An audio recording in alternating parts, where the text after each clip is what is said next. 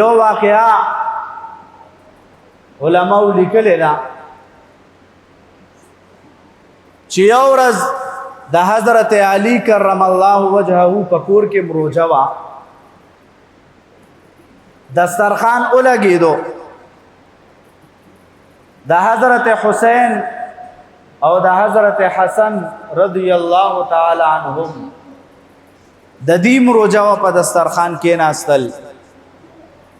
بی بی فاطمه الزهرا رضی الله تعالی عنها هغه مروجه وه په دسترخوان تشریف فرما شوه حضرت علی کرم الله وجهه هغه په دسترخوان کېناست روزه ماتي د پاره دغه ټیم کې حضرت علی کرم الله وجهه بی بی فاطمه رضی الله تعالی عنها ته فرمایل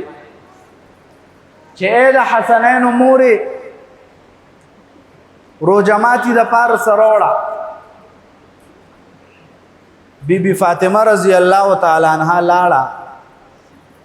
او په پلاو کې سلور روټه تا وکړې وی هغه سلور روټه وروړي یو روټه حضرت علی رضی الله تعالی عنہ مخته کې خوا بل روټه د حضرت حسن رضی الله عنہ مخته کې خوا دریم روټه د حضرت حسین رضی الله تعالی عنہ مخته کې خوا سلورم روټه بی بی فاطمه رضی الله تعالی عنها خپل مخته کې خوا کله چې روزه ماته شروع کو روټه ټولو خوړه بی بی فاطمه رضی الله تعالی عنها نیمه روټه او خوړه نیمه ځان سره په خپل صادر کې تاوکا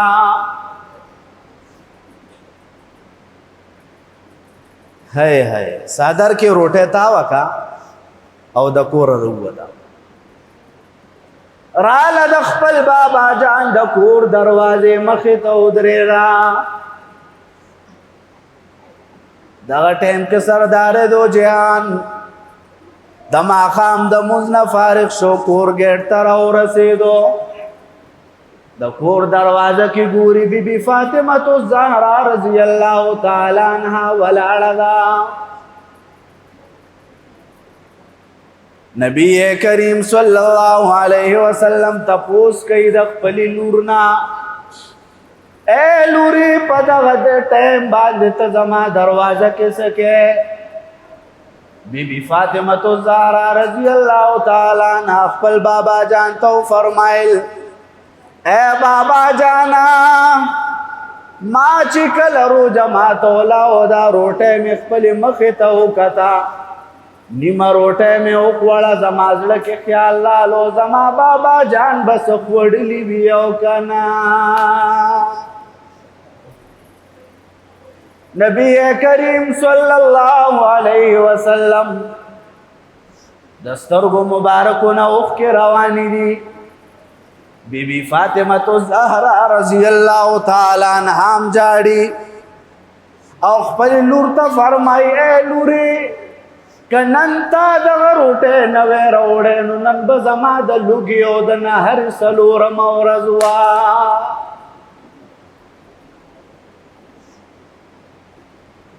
درې ورځې خو لوږې کې ما تېرې کړي دي دا به نن څلورمه وه راننوتو رسول الله مبارک خپل کور لا بی بی فاطمه الزهرا رضی الله تعالی عنها کېناسته د خپل والد مبارک سره او خپل والد مبارک ته یوه نوړی خوله کې خپله ورکړي کله چې نبی کریم صلی الله علیه وسلم روټه وخوړه بی بی فاطمه الزهرا رضی الله تعالی عنها بیا هم جاړي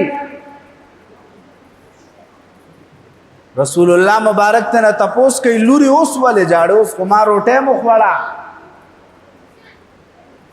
بی بی فاطمه الزهرا رضی الله تعالی عنها خپل بابا جان ته فرمایي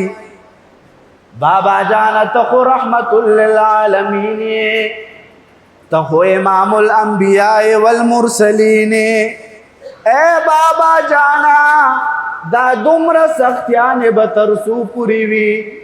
رسول الله مبارک خپل لور ته فرمای اصبری یا فاطمه، اصبری یا فاطمه، اے فاطمه صبر نکار والا، زما استادا صبر به زما د امتیانو د پاره د مغفرت ذریعہ ګرځيږي. نو دا لوګي تندې مسلمان تا د پاره تیرې کړې دي او موږ چې اختر وګورو د الله نافرمانی شروع. اختر چې راشي جمعات ممک کې پورا ډاکو پروژه کې اختر کې ولې موږ فرض نه، اختر کې 15 وخت موږ فرض نه.